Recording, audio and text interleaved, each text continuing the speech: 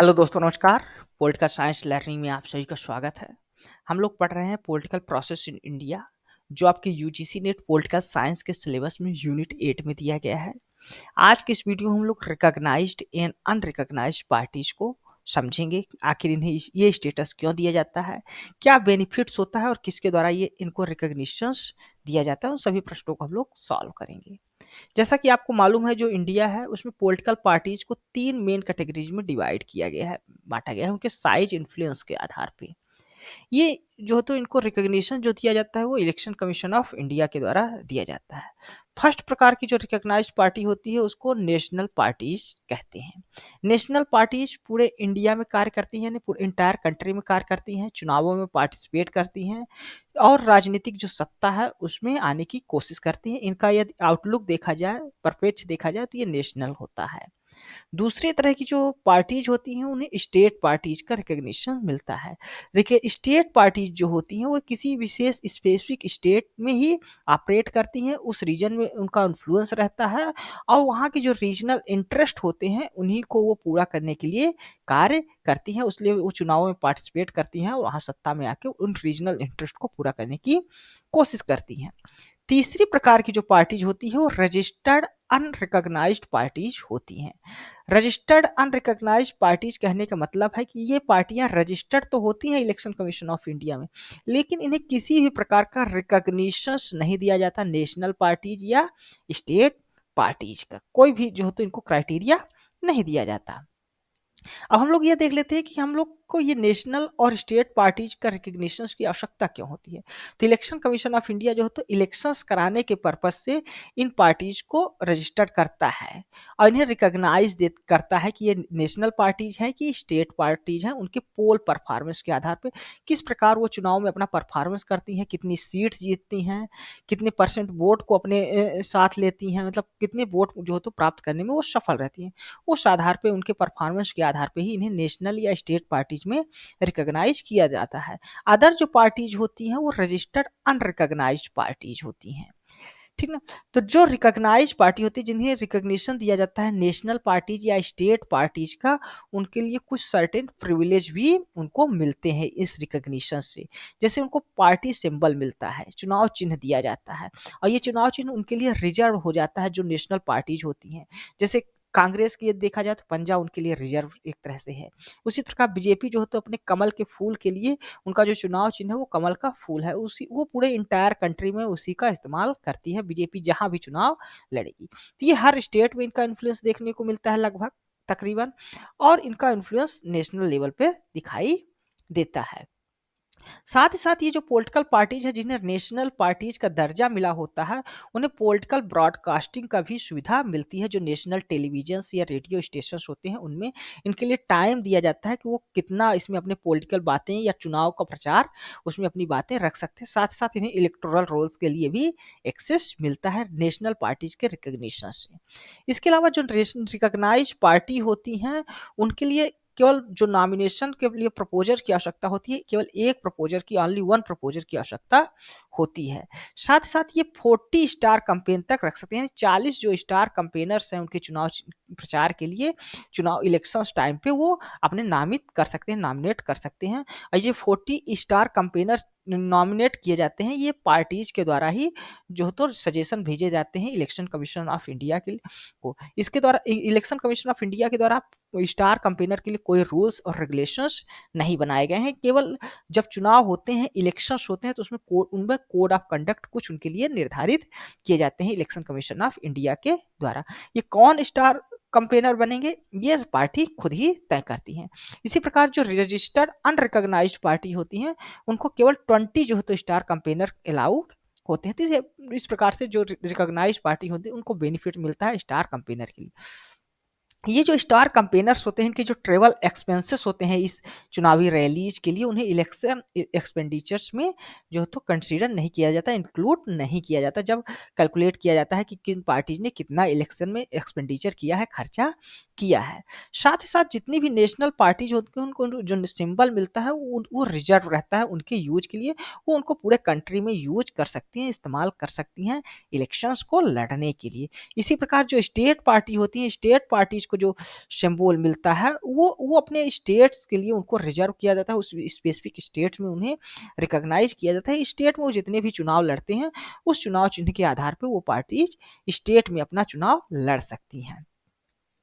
इसके अलावा जो रजिस्टर्ड अनरिकॉग्नाइज्ड पार्टी होती हैं उनको जो सिंबल दिया जाता है, उन्हें एक लिस्ट होती है फ्री सिंबल की, उनमें से उन्हें अपना एक सिंबल को सेलेक्ट करना होता है। तो इस प्रकार देखा जाए तो इलेक्शन कमीशन जो तो दो तरह के सिंबल को कैटेगराइज करती है। एक होते हैं रिजर्व सिंबल जो रिकॉग्नाइज्ड पार्टीज को दिया जाता है, रिकॉग्नाइज्ड पार्टी जो चाहे नेशनल पार्टीज हो या स्टेट पार्टीज हो, और दूसरे तरह का जो सिंबल होता है वो फ्री सिंबल की लिस्ट में आते हैं, और ये अनरिकॉग्नाइज्ड पार्टीज के लिए बने होते हैं। इनमें से जो unrecognised party registered unrecognised parties होती हैं वो अपने चुनाव चिन्ह को इनमें से सेलेक्ट करती हैं। अब हम लोग देख लेते हैं ऐसी कौन सी कंडीशंस हैं जिनके आधार पे राष्ट्रीय पार्टी या नेशनल जो पार्टीज हैं उनको रिकॉग्निशन दिया जाता है, राष्ट्रीय पार्टी का दर्जा दिया जाता है। तो इसके लिए कुछ स्पेसिफिक कंडीशंस है जिन्हें उन्हें फुलफिल करना होता है अपने चुनाव में जो वोट पड़ते हैं उस आधार पे। तो पहला जो कंडीशंस है कि उन्हें 6% जो है तो वैलिड वोट जो पड़े हुए हैं उनका 6% उन्हें जनरल इलेक्शन में प्राप्त करना होता है, जो लोकसभा का जनरल इलेक्शन होता है। या जो लेजिस्लेटिव के जनरल इलेक्शंस होते हैं 4 या 4 से अधिक राज्यों से उन्हें क्या करना है 6% वैलिड वोट प्राप्त करना होता है, और कम से कम 4 सीट्स जो जीतना होता है उन्हें लोकसभा में किसी स्टेट से या कई सारे स्टेट से मिला के उन्हें 4 सीट्स जो है तो लोकसभा में जीतना होता है। अगर वो ये है तो उन्हें नेशनल पार्टी का दर्जा मिल सकता है। या दूसरी क्राइटेरिया जो है कि उन्हें कम से कम 2% सीट जो लोकसभा में होती है जनरल इलेक्शन में उनकी 2% सीट जो है उन्हें जीतना होता है। और ये जो कैंडिडेट जीते हों इलेक्टेड हों ये लगभग 3 स्टेट से मिनिमम कम से कम 3 स्टेट से आने चाहिए। साथ ही साथ उन्हें तब भी रिकॉग्निशन मिल सकता है नेशनल पार्टी का यदि वो 4 स्टेट्स में उन्हें स्टेट रिकॉग्नाइज पार्टी जो है तो घोषित किया गया है, यानी 4 राज्यों में उन्हें स्टेट पार्टी का दर्जा मिला हुआ है, तो वो भी जो है तो नेशनल पार्टी बनने की एलिजिबिलिटी रखती हैं, उनको रिकॉग्नाइज मिलता है। अब आइए देख लेते हैं कि स्टेट जो पार्टी है उनको रिकॉग्निशंस की क्या कंडीशंस हैं। तो स्टेट पार्टी बनने के लिए भी कुछ कंडीशंस है जिन्हें फुलफिल करना होता है स्टेट पार्टीज को।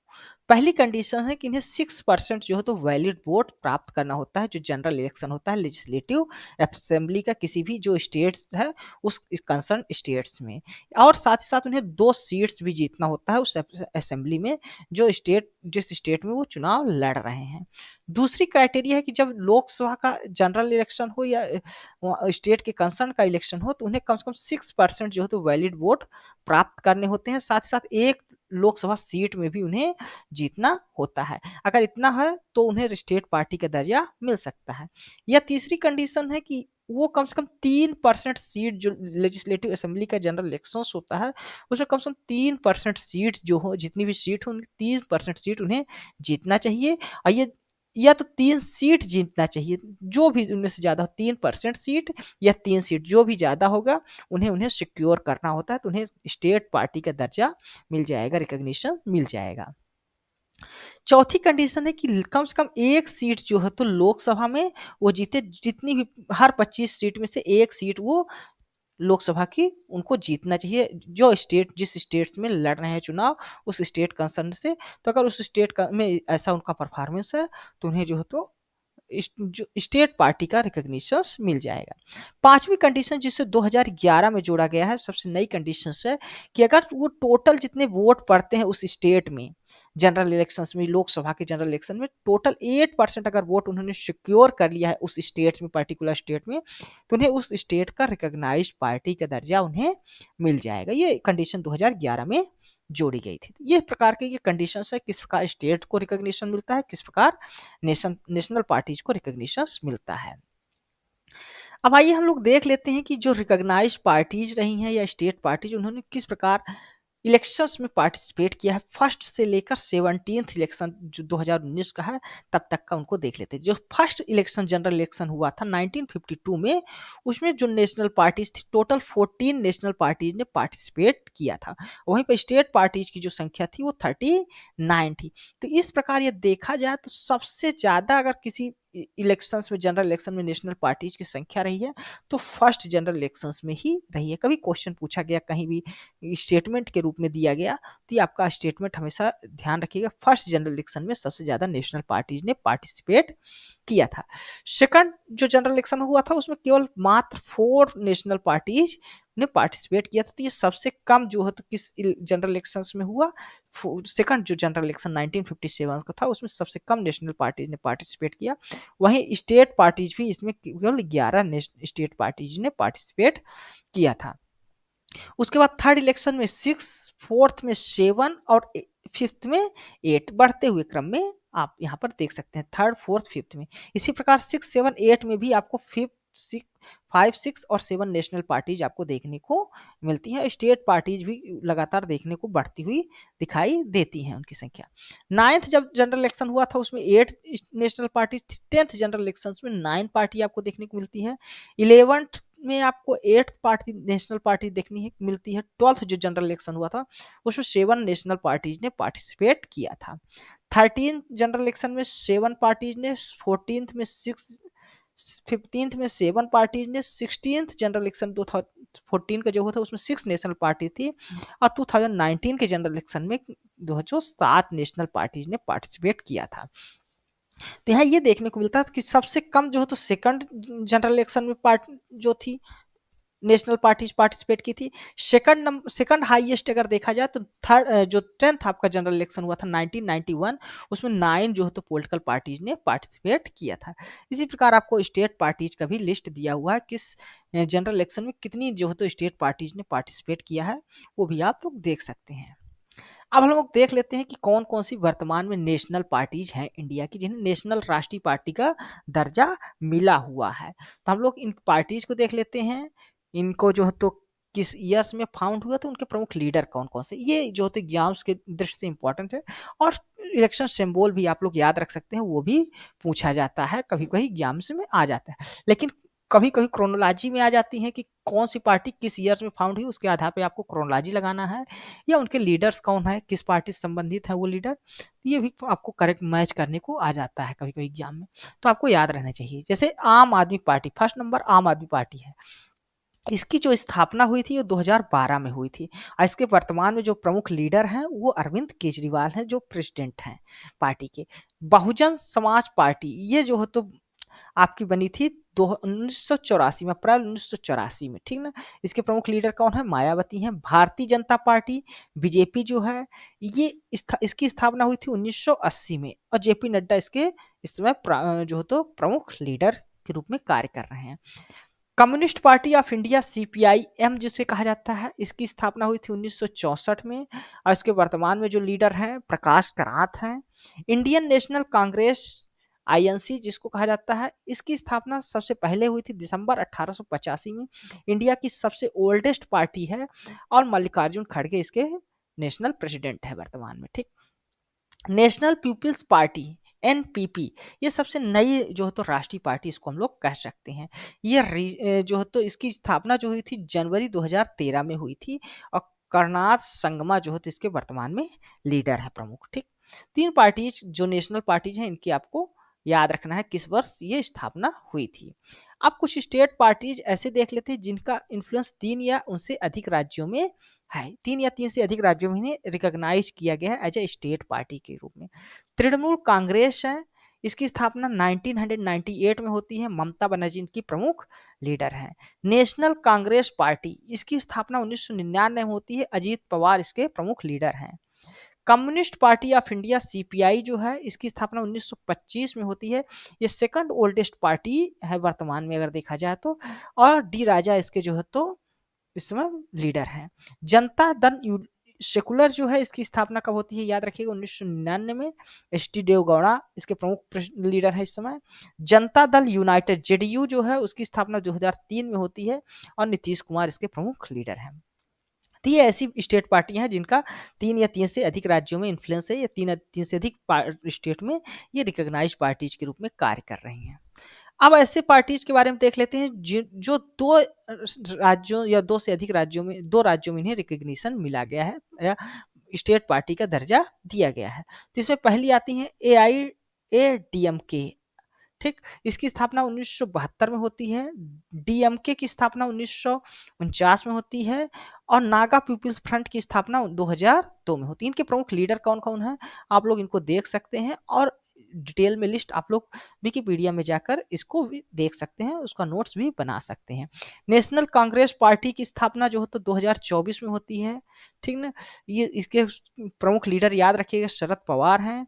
फिर राष्ट्रीय जनता दल 1997 में, तेलुगु देशम पार्टी 1989 में, वाईएसआर कांग्रेस पार्टी आपकी 2011 में फाउंड होती है। तो ये प्रमुख पार्टीज हैं जो दो स्टेट में इन्हें स्टेट पार्टीज का दर्जा मिला हुआ है। इसके अलावा बहुत सी ऐसी पार्टीज हैं जिन्हें एक स्टेट में रिकॉग्नाइज किया गया है, ठीक ना?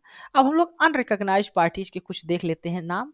जैसे अखिल भारतीय भारत हिंदू महासभा 1915 में स्थापित होती है, ठीक। All India Hindustan Congress party 2015 में, ऑल इंडिया महिला एम्पावरमेंट पार्टी 2017 में। ये सभी अनरिकॉग्नाइज पार्टीज हैं, इनको आप लोग देख सकते हैं और इनको जो है तो याद भी रख सकते हैं कि किस वर्ष इनकी स्थापना हुई है, लेकिन ये इतना इम्पोर्टेंट नहीं है जितना इम्पोर्टेंट आपको स्टेट पार्टीज का दर याद रखना है और नेशनल पार्टीज को याद रखना है। तो धन्यवाद दोस्तों, आज की इस वीडियो में हमने रिकॉग्नाइज्ड और अनरिकॉग्नाइज्ड जो पार्टीज हैं, पॉलिटिकल पार्टीज हैं, उन्हें दर्जा किस प्रकार मिलता है, स्टेट पार्टी का दर्जा किस प्रकार मिलता है, किस कंडीशन पर, नेशनल पार्टीज का दर्जा किस आधार पर मिलता है, वो सबको जाना। यह वीडियो आपको कैसा लगा है अपने कमेंट्स के माध्यम से हमें जरूर बताइएगा। साथ ही साथ आप हमारे इस वीडियो को लाइक करें और अपने दोस्तों के साथ भी शेयर करें। धन्यवाद।